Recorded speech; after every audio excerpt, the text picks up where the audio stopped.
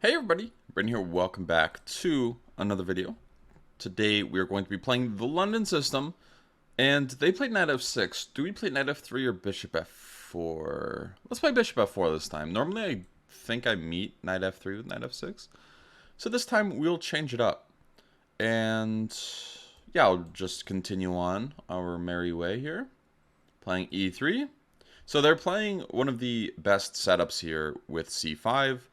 I'm kind of interested in just playing c3, so I can meet queen b6 with queen b3. Let's do that. One thing to note is that if they do play knight c6, all of a sudden we have to be a little bit more careful about playing the what's it, who's it,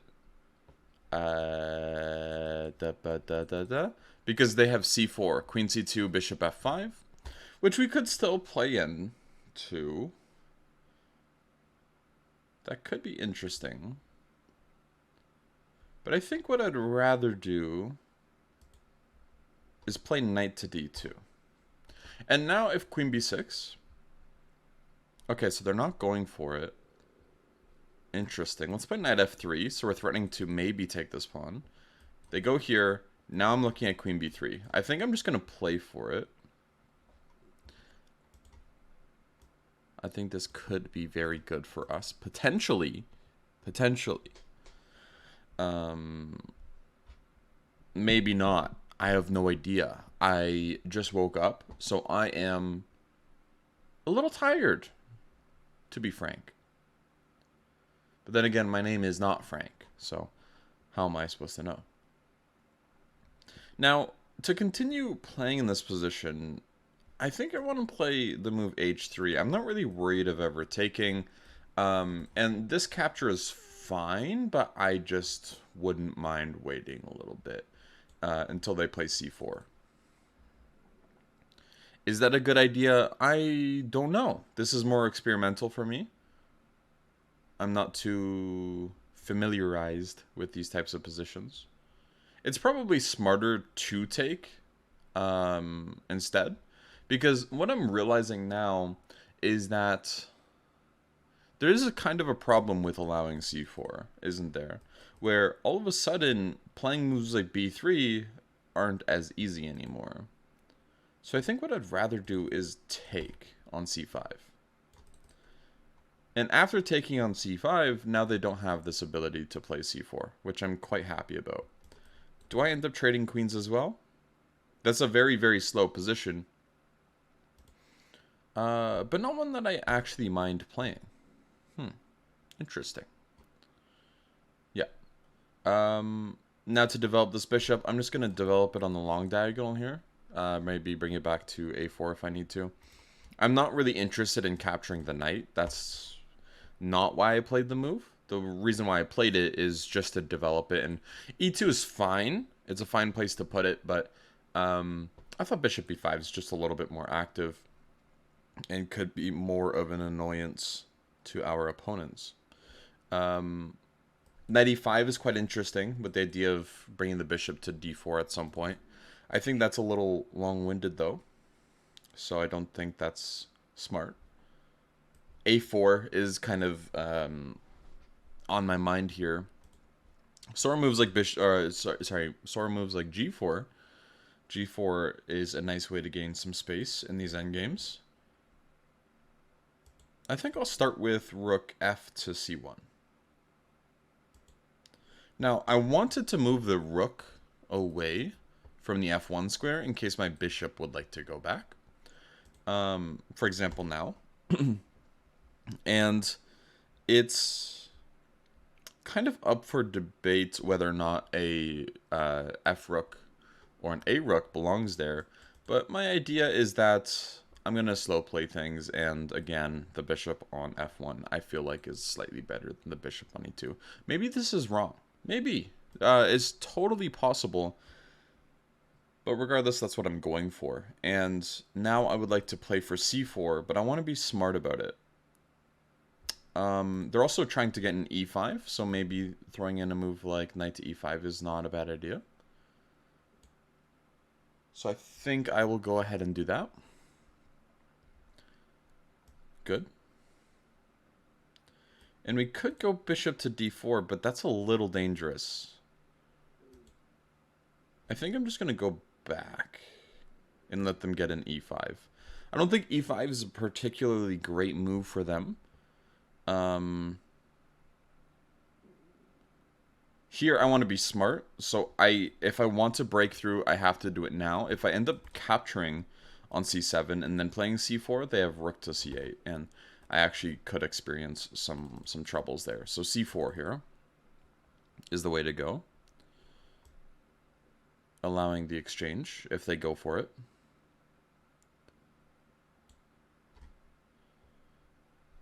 And now I think we just take on d5. Yeah. So I think the position's fine here. It's a bit dry, I guess, but to be fair, a lot of positions, you know, they start off dry and then they're not. They're just winning. So for example, what I just did there was I kind of forced them to take with the pawn, right? Because if they took with the knight instead before, if we just go back a move, if they took with the knight, e4 was hanging over their head, which is not something that they want to allow. Now the goal is to somehow trade off the knight from my bishop, and also I want to bring my knight into the game, mainly to the square on d4 here. Should I start with some active move like rook to c7? I think I should. The reason why is because it forces some of their pieces to go really, really inactive. For example, they don't have rook c8 anymore. Whereas if I play knight f3, knight d4 first, then all of a sudden they just play rook c8 and there's nothing wrong with their position. However, now it feels like they're on the verge of losing. I'm going to be bringing my beautiful knight to d4. Right here. They might end up playing rook to g4 or a rook to d7. And they'll just move back. There's no reason not to, because it's hard for them to ever oppose the c file, luckily. That's an interesting move. Maybe I should have gone rook c2. But let's go b3. This forces them to go back. Good. And I will go bishop to e2, threatening bishop g4. Maybe. But the other big idea is I just kind of want to bring it to f3. And it's just keeping an eye on everything, right? Now I'll go back to c7, ask them what they're doing, and I'll start bringing my king in a little bit. Rook d7. So it looks like there's a repetition going on, but it's far from the truth. I'm getting a lot of activity here, kind of out of nowhere. And a lot of their pieces are just in a lot of trouble right now. So, for example, a4 is a big threat, and it's not really something that's easily stopped. I could go rook c7 here, but I think a5 might be smarter. And I'm not really sure how the move is met. Do they play knight a8? Because if they play knight to d7, then this pawn hangs. And now I'm a pawn up. Yeah. But of course, this is not ideal whatsoever. I can now play rook to c5. And they can go for b6, I believe. Yeah, but they end up not doing that at all, of course. I should be smart here and take with the rook. I could take with the bishop, actually. Keep my activity. The reason why I want to do this instead is because if they try king d6, I just go b4, and everything's defended. So luckily, I'm not in danger of losing any material here. b6 looks like it works at first, but after you see takes, knight takes, you may realize that knight to c6 check actually ends up winning on the spot there. So the next moves that I have planned are moves like b4, bringing the bishop back, and now we're on the long diagonal, which is really annoying for them. And then we can start looking at moves. Okay, so I will just play b4. Now I'm threatening the f-pawn, so they have to be mindful of that. b6.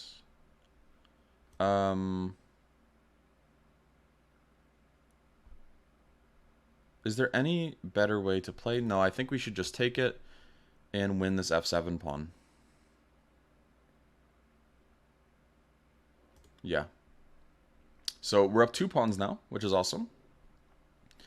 And the A pawn is a little weak. It's not quite like a big weakness or anything, but it's kind of close. Like it's almost a weakness. And now I think we win the a6 pawn too with this move bishop to e6. The idea is we take on. Do we? Or no, we give this check first. My apologies. This wins more than that. After giving this check, then what we can do is we can just win b6. My apologies. That's a little bit easier. So maybe we had a better way to play or a better way to win. We're going to have to discuss this in the postmortem. So let's do that. And I like bringing up the analysis or the evaluation whenever I can, because it's kind of like a...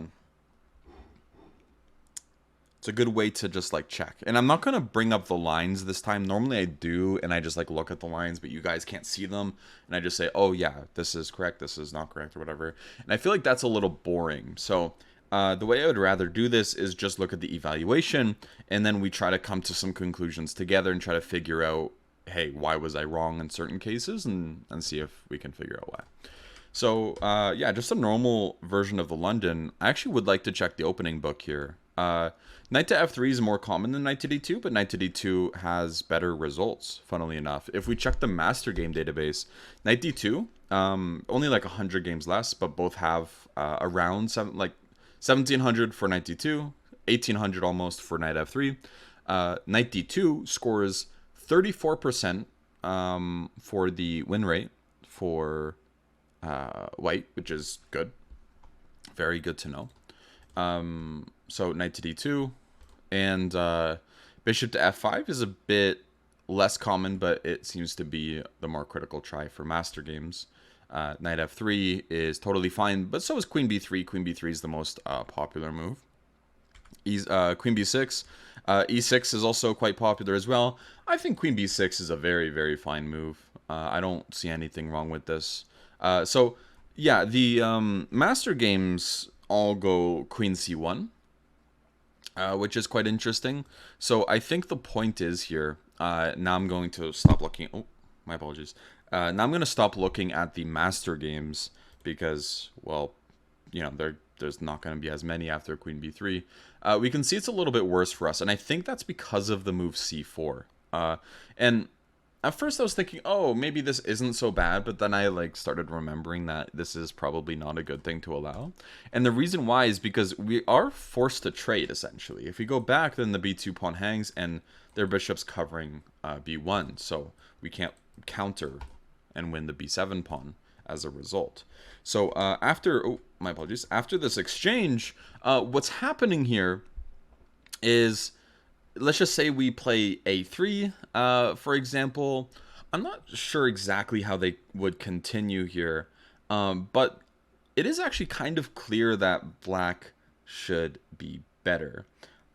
This resembles a game that I've seen from Capablanca Janowski, where there were doubled b pawns. I believe the c pawns may have been traded, though. And the first thing on my mind is bishop d7 the correct move? It doesn't appear to be awful here, but not the correct choice. Interesting. So maybe e6, just natural development, is the way to go, where after something like bishop to e2. The problem is, whenever they go b5, b4, before they play b4, my thought was, oh, I have rook c1 in time. So after, like, let's just say bishop e2, b5, I thought I had just the simple move, rook c1. And now I'm seeing the problem. So there's this long-term plan, I believe, of bringing this knight to a4. And it's quite easy to do, in fact. After knight to d7, let's just say we castle knight b6, I think we're already in serious trouble here. because I'm not exactly sure what to do about this knight a4 move. And to play b3 is a mortal sin because we are hanging the a pawn there. So this is exactly how we can land in trouble in these London lines if we're not careful. So instead, here, maybe the best way to go after knight gf3, queen b6 is to take on c5, perhaps? No. What could it be then? Maybe it's actually just to not play knight f3 and go for queen b3 immediately. Or after queen b6, we take on c5. This looks like the answer. And maybe we can take as well, but I don't know about that. So yeah, an earlier queen b3 might have been the smarter way to go if they go bishop to f5 specifically, because now there is something to target, which is their b pawn. There we go. So now we understand the opening a little bit better. As someone that hasn't really played the London in their own games, this is very, very useful for me, actually. So queen takes queen, bishop takes, and yeah, I think we're fine here. So they really were way too slow here with this move h6. I think if they went for c4, we could have been in a lot of trouble. Again, with this idea of we're pretty much forced to trade. They eventually bring their knight to a4 because it feels like a3 is necessary so we can move the rook away from the a file. Not to mention another thing that should actually be mentioned is after c4 takes bishop e2. Let's just say we don't do anything there. Now I think b5 is already just too strong, where now we don't have a3 because b4 comes anyways. And as you can see, black's in the driver's seat big time. This is why I'm scared of c5, and this is why I play in my own repertoire against black in tournament games. So you're seeing kind of my tournament repertoire here. All right, so let's just go through the game a little bit more. Rook fc1 was not really the right approach. Maybe just rook ac1 was a little bit better. No, actually this one's disliked just as much. Interesting. Maybe knight e5? Now this is just guessing work at this point, so I'm not exactly sure what should be played here. It could be some sort of quiet move like a4. Also no. So I think there might be some sort of like idea in the position that we should watch out for. Maybe, funnily enough, it's actually to take on c6. Maybe, maybe not. Because my idea was if rook takes, then I think we're okay after knight to d4. Right? No? Because if they move back, then we can take on f5. We're very happy about this position. And then instead, if they take on d4, then I don't feel like we're unhappy here. But apparently we are. Maybe it's because they actually do have some play, like rook b6. And then if we're forced to play something like b4, then they can bring their other rook in to attack c3. So let's move on, though, because it's very minuscule differences in advantage. So I want to see if there's any big mess ups here. Knight e5 felt very natural.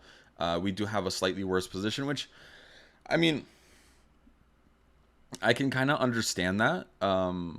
It does not feel pleasant. I think maybe they can even just get away with e5, for example. Maybe. No. Okay.